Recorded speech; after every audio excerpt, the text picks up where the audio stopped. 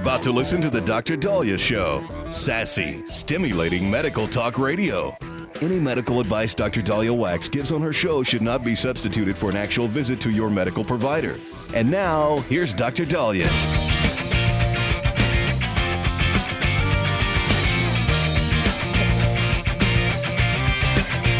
And we are back on the Dr. Dahlia Show. Thank you all for tuning in. 1-877-Dr. 1-877-DOC-DALI. So you're going to start to see more marijuana come back in the news. Once things get resolved with Iran, you're going to see a lot of big push on, are we going to criminalize marijuana more? Or are we going to reclassify it under a different controlled substance category from 1 to 3? When are we going to incorporate marijuana more into medical regimens? Well, the latest study is saying that cannabis, in addition to its risks of heart disease and breathing issues and depression and anxiety and memory loss and dementia and all sorts of other things, it's been touted for, but it's helping people with their mental health. Well, the latest study being reported by KSL shows that there is little benefit for most mental disorders. And so cannabis is starting to lose its luster, and I think we know why. But according to the latest study, cannabis-based medicines are showing little evidence of effectiveness for treating most mental health and substance use disorders. Now, some of you will say, Dr. Dahlia, I need my weed. Weed keeps me calm, helps me sleep. That's great. But in terms of us being recommending it for medicinal purposes, we need to have evidence-based data for that. And so, what you and your doctor decide is totally fine between you and your medical provider.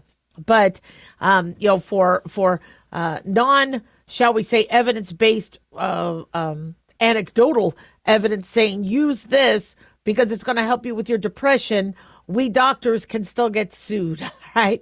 And unless the lawyers say we're not going to sue any doctors as it pertains to marijuana, we got to go with whatever the evidence-based medicine is because that's what gets shown to a jury. God forbid anything happens.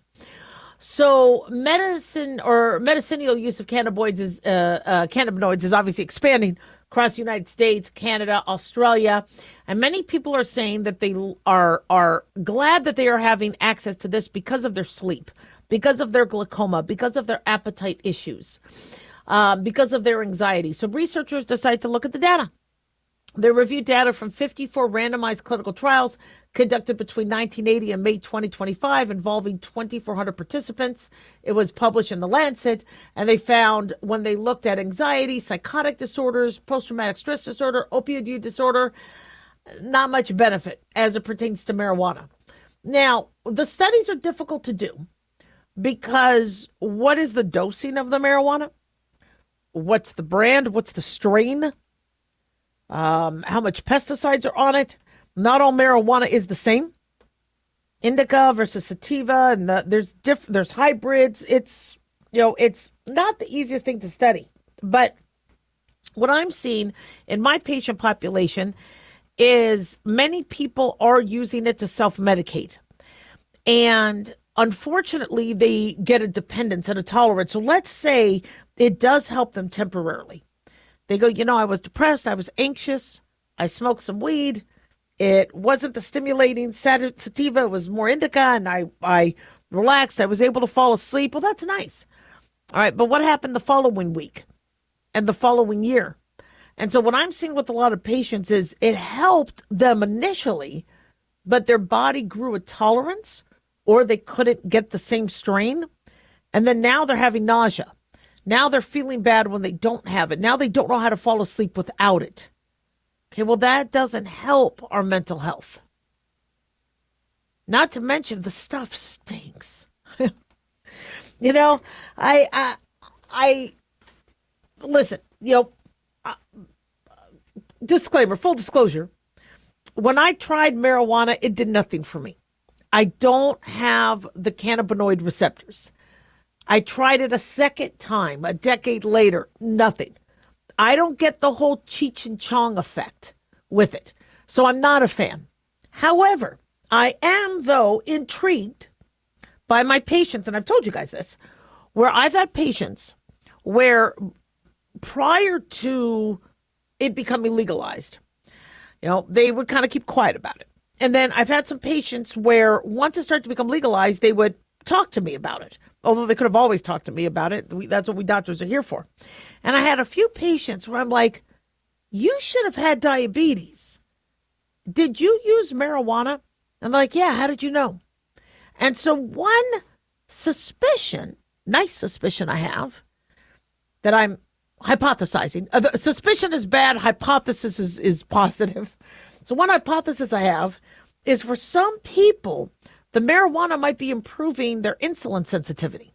Now, somebody could say, no, Dr. Dahlia, because if somebody uses marijuana, they get the munchies and they eat more junk food. Okay, could be. But for some individuals who either aren't overeating or let's say they've already ruled out whether it's a food issue or not, I'm wondering if there's an insulin sensitivity or a decrease of insulin resistance. And that's something I want to study. This is why I supported legalizing marijuana. I might not like it for myself. I might not like you using it recreationally, but I do think there are some medicinal applications. So I understand this study is like, I don't think it's going to help a lot, with people's, post-traumatic stress disorder, although some people have said it has helped them with their Tourette's. Some researchers have found it does reduce some, shall we say, insomnia and issues with individuals with autism.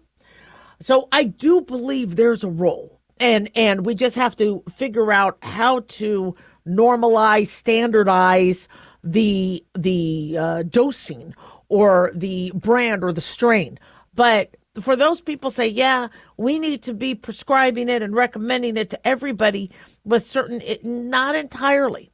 Now, I understand marijuana helps some people with their pain, their sleep, and I understand why people with post-traumatic stress disorder do gravitate towards it. And I get that. And I don't want that stopped abruptly, which is why I do support us lowering the severity of the controlled classification. But, for us to say, oh, yeah, studies are saying it's completely helpful, we're not there yet. 1-877 Doc Dolly.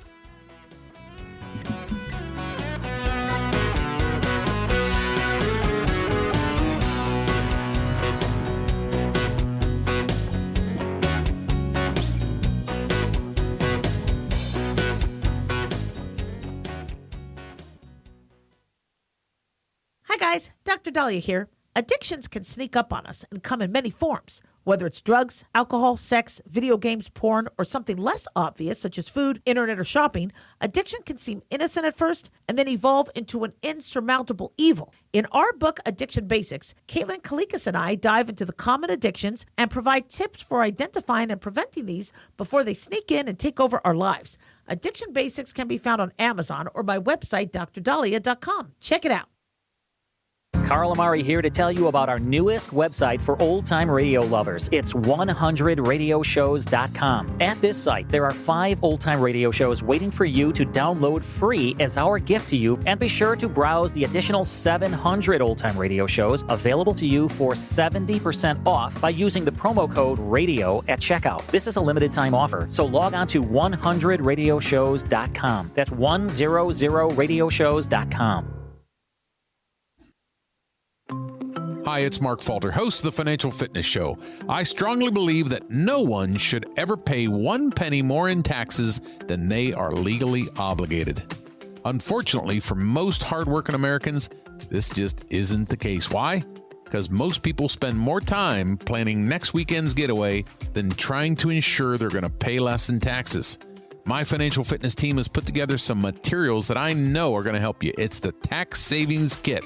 Tax Savings Kit includes 3 things: free tax analysis, top 10 ways to pay less in taxes, and an investor's guide to taxes. Now, how do you get it? Simple. 866-764-2635. Again, 866-764-2635. I'm Mark Falter. This is Financial Fitness, making personal finance profitable.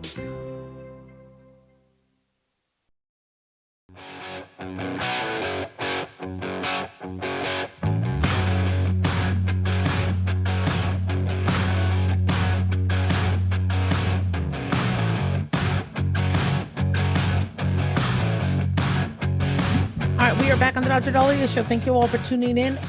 1-877-Dr. 1-877-DOCDALI. Big thanks to Talk Media Network for making the show happen. Big thanks to Daniel, our producer, and big thanks to you all for tuning in. We really do appreciate it. Don't forget to follow us on Twitter or X at Dr. Dahlia, Facebook, The Dr. Dahlia Show, and on YouTube, click like and subscribe. So the childhood vaccine schedule is a very robust one, but I think it does need to have, eyes on it and reevaluation because things change. Infectious disease changes. We're seeing measles make a resurgence, and it's hitting people who have been vaccinated. Do we need a booster for measles, mumps, rubella? Do we need COVID vaccine now in light of it becoming weaker and people having more natural immunity to it? So when you do have a childhood vaccine schedule, it should be reevaluated. That's what we do in science. Well, the changes RFK Jr. wanted to make, where they said, look, we're not going to tell every pregnant woman and 6-month-old to get a COVID vaccine now.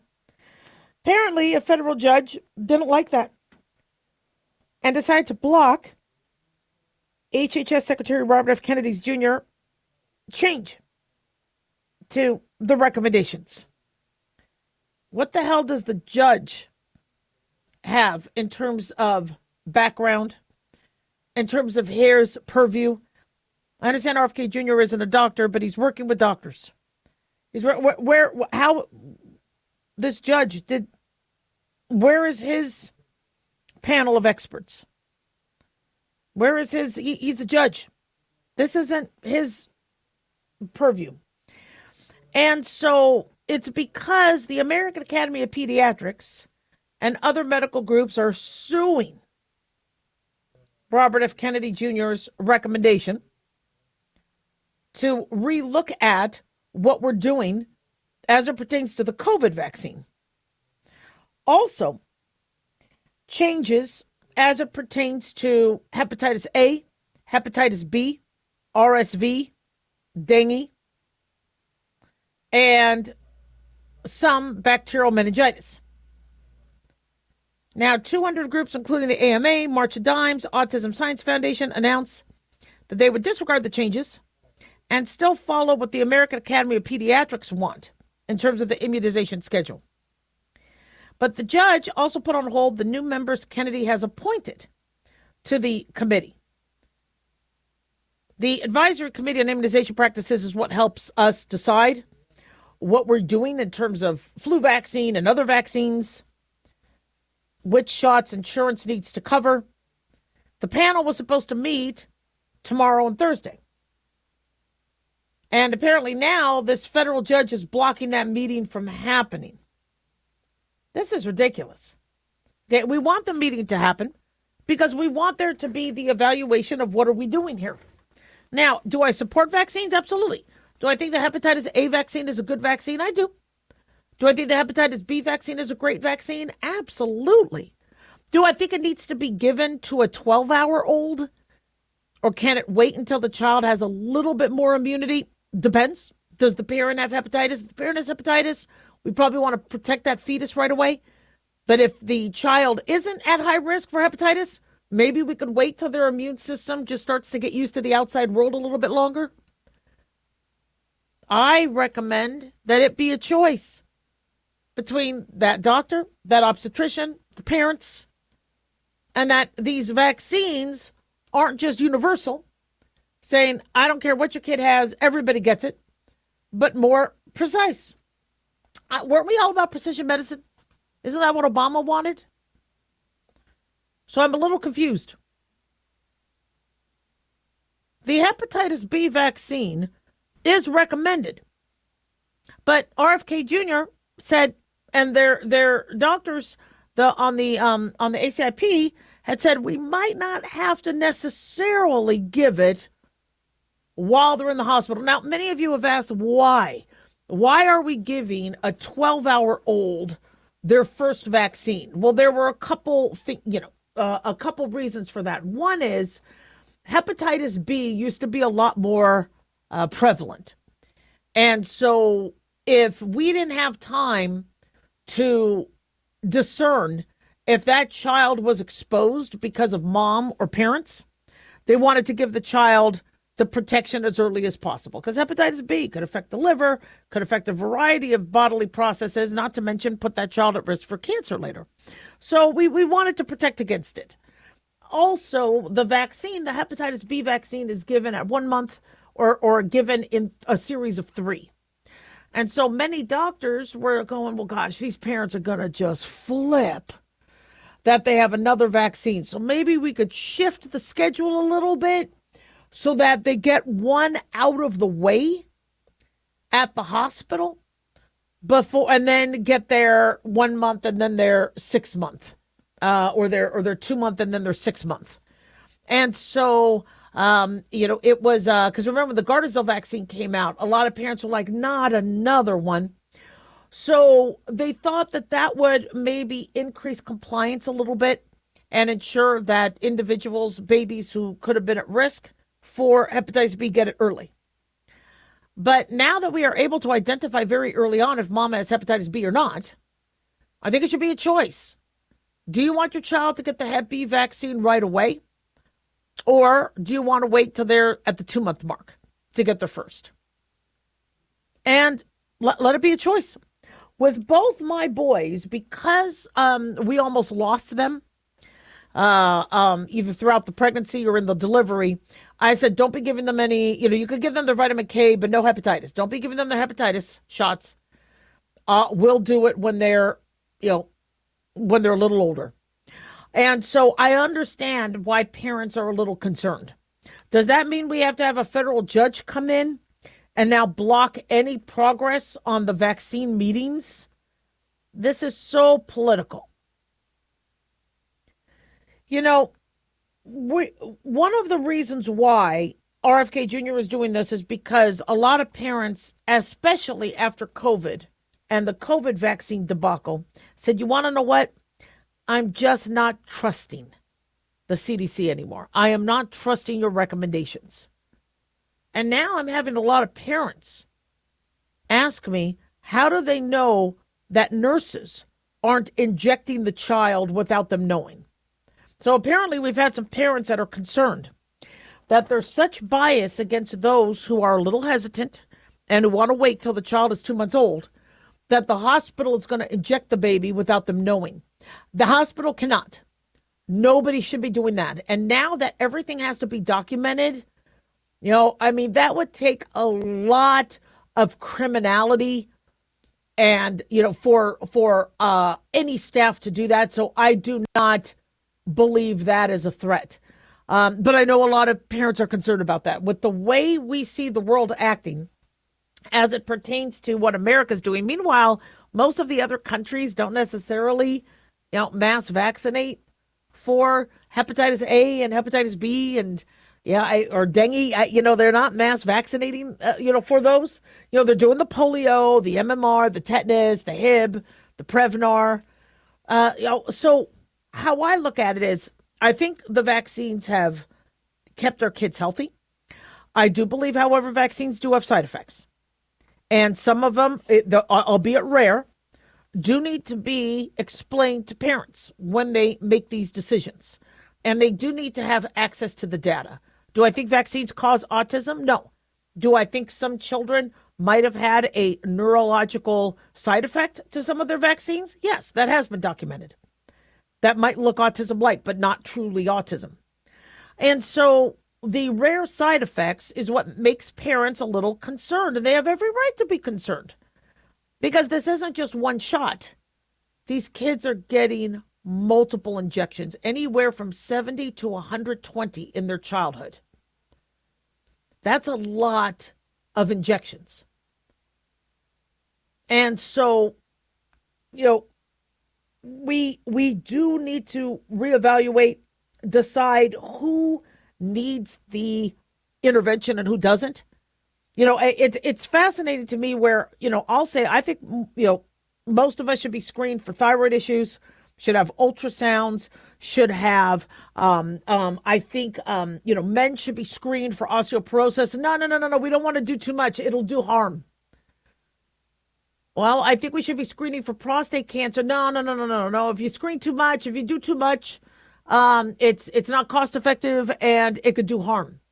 Well, then why aren't we also having that same attitude towards let's look and make sure on a repeated basis that the vaccines we are providing are the best practices? I mean, what if our MMR needs a booster? What if it's not strong enough for this next wave of measles? We should be reevaluating things. 1-877 Doc Dolly.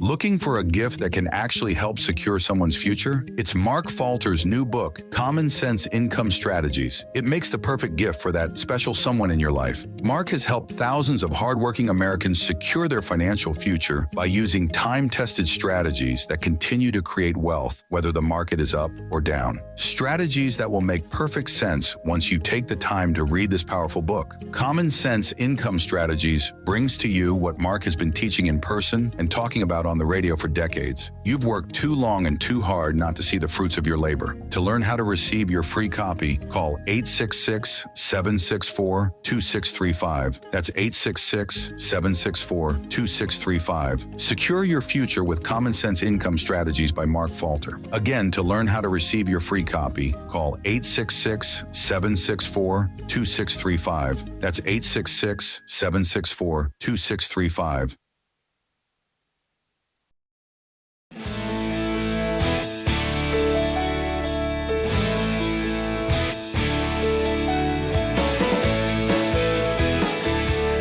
We're back on the Dr. Dolly Show. Thank you all for tuning in. 1-877 Doc Dolly, 1-877 DOCDALI. So to relax and wind down at the end of the day, I don't do pot. I don't drink wine. I do eat some sugar. I do maybe a nice creamy peanut butter and jelly sandwich. But I go to my TV. I used to play video games, but then unfortunately now they want to charge you and I don't want to put money into it. And so I'll watch TV shows. I'll watch and I'm really, really struggling over the last few months because, here's this Game of Thrones prequel and it's okay, but it's like, gosh, I want another Game of Thrones or I want another Breaking Bad or I want something where I'm like, damn, that was good, and same thing with movies. When my friends go, do you guys want to go to the movies? That's how we used to do it all the time in the 90s. And I'm like, well, yeah, what's out there? I don't know. There's not a lot of good movies out there. And I've heard from a lot of friends that they went to see one battle after another. Now, I'm a Leonardo DiCaprio fan. I love his acting. I think he is fantastic. He's one of my favorite actors. He does good. And I was going to maybe go to the movie theater to see that one, but everybody told me they left within the first 12 minutes. They don't say 20 minutes. They don't say they left halfway through. They say 12 minutes, right? Of one battle after another. This movie, One Battle After Another, ends up winning the Academy Award for Best Picture. So I'm thinking to myself, well, I'm definitely not going to rent it. I'm not going to go to the movie theater. And for people to walk out of a movie, I saw people walk out of Barbie. I sat through it. I wanted to walk out. I sat through it, only laughed maybe once at one of the jokes. But I mean, it was crickets in that theater. And I saw people walk out. But I would never, I guess, walk out of a movie. Usually I research the movie before I go and see it because I can't imagine spending that kind of money to go to the movies and then to walk out. But apparently this movie, I keep hearing people walked out of it. So I'm, flipping through. I think the Knicks were playing, the Lakers were playing. And now I guess you have to pay to watch the NBA. So I'm thinking, because how you could watch football on Prime. So I'm flipping around to see how I could watch the NBA. And I saw One Battle After Another was on HBO Max. And that's one of the multitude of subscriptions I pay for. Not prescriptions. I need a prescription after that. So I decided to watch the first 12 minutes. I lasted longer. I went to bed. I think I'm maybe 45 minutes into it. But I was kind of shocked at how they didn't grab your attention better. I'm going to give that movie a chance. But I guess the reason why people walked out at the 12-minute mark is it was very sexually charged in the beginning. You know, you thought there was going to be more of the story. Because remember, you have the 3 E's. You got to engage, you got to educate, and you got to enlist. You got to capture us. You got to educate us on why we should still stay in our seats. And then now stay in your seats. And so I'm watching this and just some weird sex stuff. And I start to, at the 12-minute mark, go, and my husband starts to walk into the room to see what I'm watching, because it kind of sounds like there's going to be battles in it. And it sounds like and I told him this is the one battle after another movie. And it's like, which one is that? I mean, again, it's just, and I'm like, I guess it has Leonardo DiCaprio in it. So he looks to watch, and Sean Penn and all that. And then, again, just some weird sex stuff. And then he walks. It loses you. And, this movie ends up winning Best Picture. So I'm going to try to get through and finish it. But it doesn't have to be that hard where you really force yourself to watch. I mean, to me, if you are going to be the best movie, I mean, look at what some of these other winners were. Well, Gandhi, Chariots of Fire, Platoon, Out of Africa, Amadeus, Schindler's List, Silence of the Lambs, Dances with Wolves, Driving Miss Daisy, Rain Man. I mean, these are movies that everybody heard about, everybody knew. Braveheart, Titanic, The English Patient, Shakespeare in Love. I didn't see that one. I didn't see The English Patient either, I don't think. Lord of the Rings. Although the only Lord of the Rings that won it was the Return of the King. I would have given it every year, but I understand they have to, kind of share the love. The Departed. I love The Departed. The Departed was such a good movie. No Country for Old Men. The King's Speech was excellent. Hurt Locker. Argo. I thought Argo was fantastic. 12 Years a Slave. And The Green Book. I saw The Green Book. I like that. Any Viggo Mortensen movie. Oppenheimer. I watched it. It was good. Was it my favorite movie? No, I thought it was kind of boring. But it was good, and I guess you're going to win the Oscar if compared to everything else out there. I mean, Oppenheimer played when Barbie was out there, so no wonder it won. But I don't know a lot of these movies. Nomadland, Parasite, Coda. I've never seen these. The Shape of Water. They could be good, but apparently the Oscars are getting a lot of backlash because in order for you to be nominated, there has to be a checklist. And some critics are saying that there are representation and inclusion standards now established by the Academy of Motion Picture Arts and Sciences to push more diversity. And so if you're going to win, you might have an amazing movie, but like The Departed or something like that. But if you don't check the boxes with diversity and inclusion, you're not going to get nominated. Now, mind you, I do feel like there has been a lot of underrepresentation in movies and all that. And I am glad that Michael B. Jordan, I think, is fantastic. Was Sinners the best movie out there? No, but do I think Michael B. Jordan deserves an Oscar? Maybe not necessarily for Sinners, but he is good. I do like him. I'm a big fan. I'm very protective of this topic here because I go to the movies or I watch movies or rent movies or watch films because that is so much a part of my everyday existence, of my mental health, that's how I wind down. Yes, I play pickleball and I exercise and things like that, But movies, they're important to me. Home Alone in the 90s, that was fantastic. And that has now transformed every Christmas for me because I always have to watch Home Alone. Forrest Gump was transformed. I mean, there's a lot of these movies where I feel like they change your life a little bit. Those are the movies that I think need to win the Academy Awards. The ones where it's like, okay, well, that was good. The Lord of the Rings, damn. Amazing. I read Lord of the Rings. But for those of you who are playing Dungeons and Dragons and you didn't understand orcs and the durability of hobbits and dwarves versus the versatility of elves, I mean, that just put it all into perspective. And now you understand Dungeons and Dragons a little better. But I feel like to get through some of these movies, you have to force it. And I'm just not, it shouldn't be like that. And so people are wondering, well, why did the Oscars suck this year? Why are ratings down? Why aren't there any good movies? Why is the movie industry and these movie theaters dying?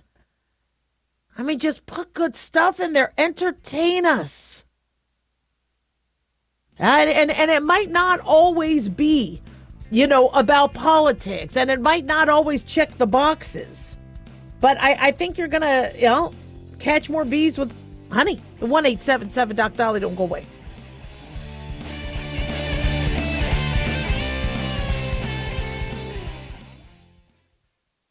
Dr. Dahlia here. Are you tired, burned out, gaining weight, succumbing to the daily pressures of life? Well, how's your dopamine doing? How you feel right now, how you'll feel an hour from now, and how you'll feel next week is completely reliant on your dopamine. Our daily motivation and willingness to push through challenges depends on the intricate chemical process dopamine provides. Christian Kalikas and I created Deploying Dopamine, a book that tells you what dopamine is, when it dysfunctions, and how to successfully deploy it when needed. Find Deploying Dopamine on Amazon today. Check it out. Increase fuel economy up to 7.9% with Hot Shot Secret Gasoline Extreme, the solution to maximize your engine's performance and fuel economy. Whether you're driving a sports car or a daily commuter, Gasoline Extreme is specially formulated with PEA to deep clean. Don't settle for an average driving experience. Upgrade to Hot Shot Secret Gasoline Extreme and go further on each tank. Order now on Amazon or HotShotSecret.com. Hot Shot Secret, powered by science. Hey, America.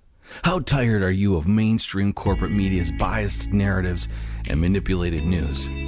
Their dishonesty and attempts to influence this generation have been exposed, put on display for anyone who's even half paying attention. But the New American Magazine has been an honest source of news and commentary for over 50 years.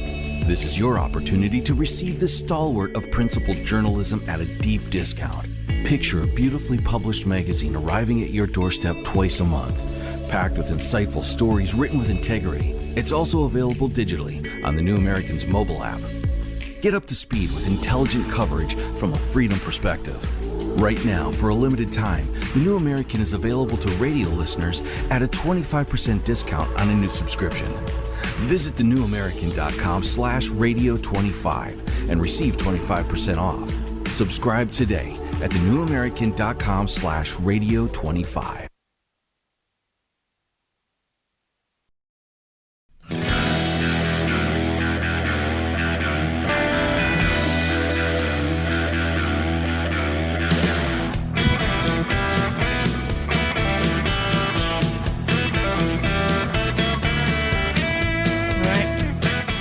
Back on the Dr. Dahlia Show. Thank you all for tuning in. 1-877 Doc Dolly, 1-877 DOCDALI. So, I know a lot of people are surprised by Europe's attitude towards Trump and as it pertains to Iran, the Strait of Hormuz.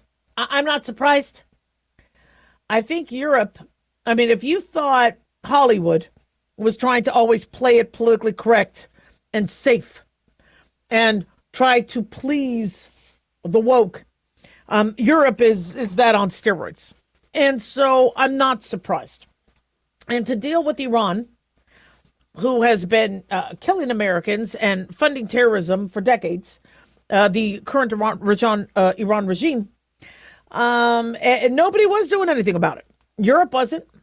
They're closer. I mean, they had terrorist attacks. They've had no. We are not going to poke the bear. So it took the U.S. and Israel to do something about it. And a lot of countries will secretly admit that they are grateful that Israel is getting their dirty work done. All right, well, you do have an opportunity to help, especially since this is affecting, your oil and affecting your national security.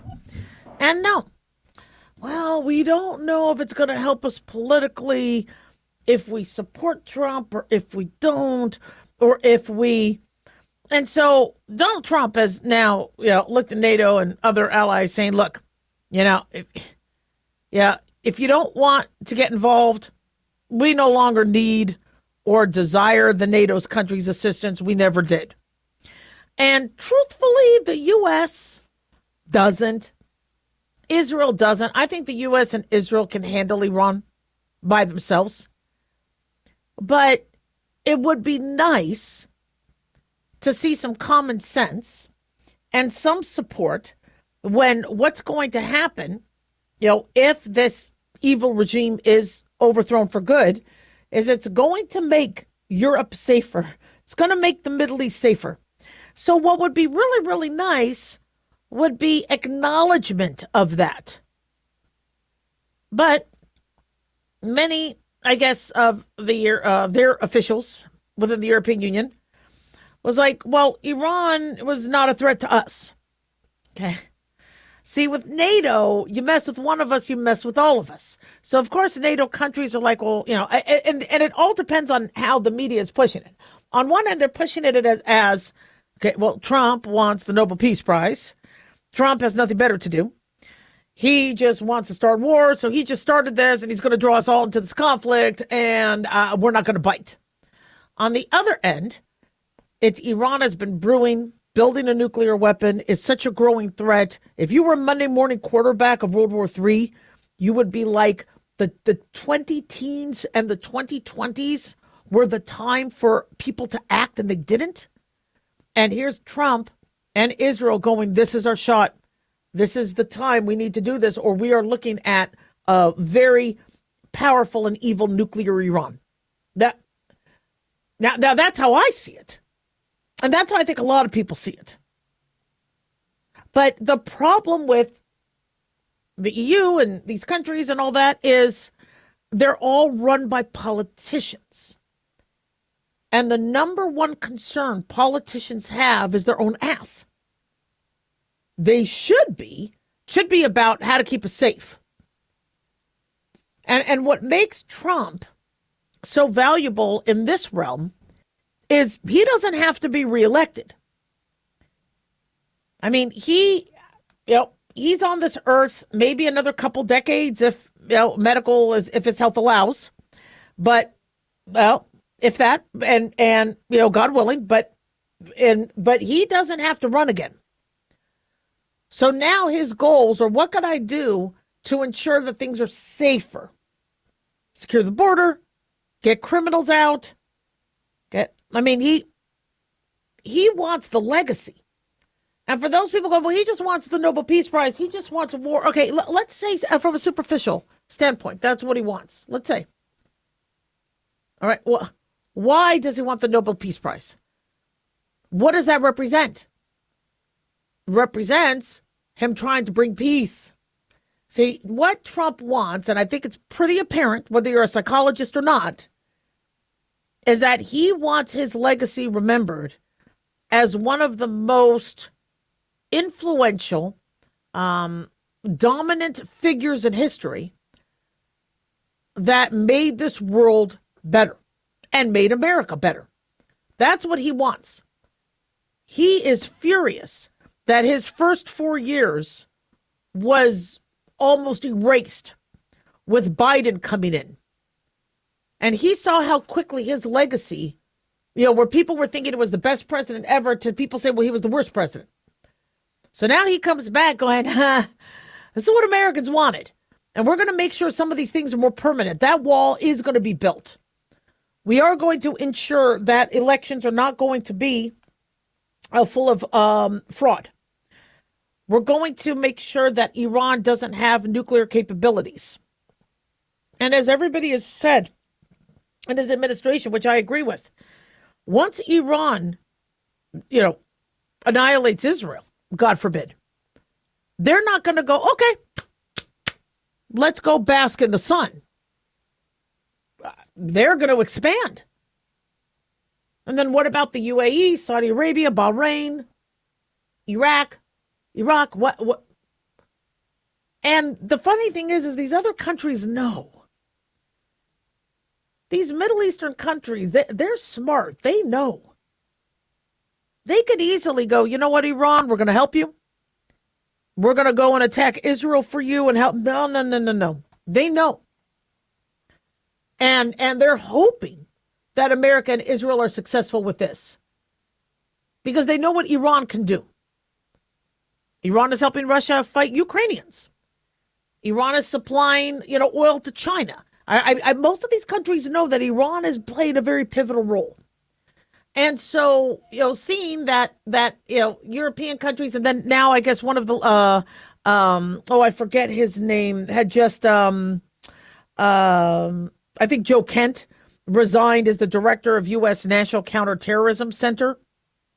Yeah, he shouldn't be the director of the National Counterterrorism Center if we're trying to counter terrorism. And he said, well, Iran posed no imminent threat to our nation.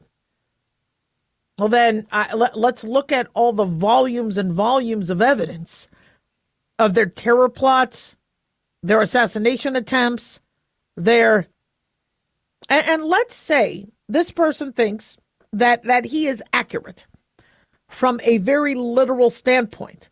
If Iran is supplying Russia and Russia is using this to attack Ukrainians and our money is going, it's a threat anyway, whether it's a literal or a figurative threat.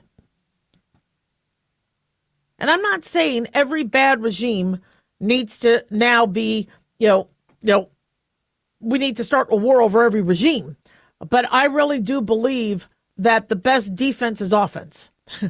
Or I know the best offense is defense, some people say, but for me, I don't want to be, you can't defend yourself once the nuclear war the starts. And Obama allowed Iran to get stronger. So seeing that the EU doesn't want to help, and they're like, well, they weren't really a threat to us, and we're not going to get involved. Like Trump had said. He had said, look, we have their back, but they won't have ours.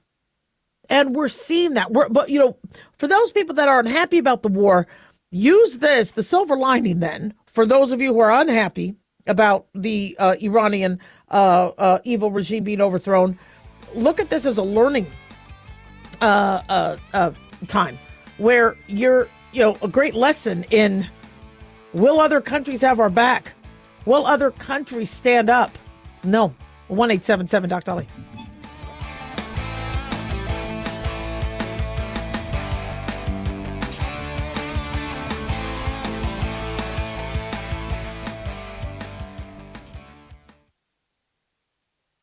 Looking for an easy read that can actually help secure someone's future? Pick up a copy of Mark Falter's book, Common Sense Income Strategies. For the past 30-plus years, Mark has helped thousands of hardworking Americans secure their financial future by using strategies that continue to create wealth, whether the market is up or down. Strategies that will make perfect sense once you take the time to read this powerful book. Common Sense Income Strategies brings to you what Mark has been teaching in person and talking about on the radio for decades. It's not rocket science, it's a pretty easy read. You've worked too long and too hard not to see the fruits of your labor. Common Sense Income Strategies is available now on Amazon or by calling 866-764-2635. That's 866-764-2635. Common Sense Income Strategies by Financial Fitness Show host Mark Falter. Secure your financial future today.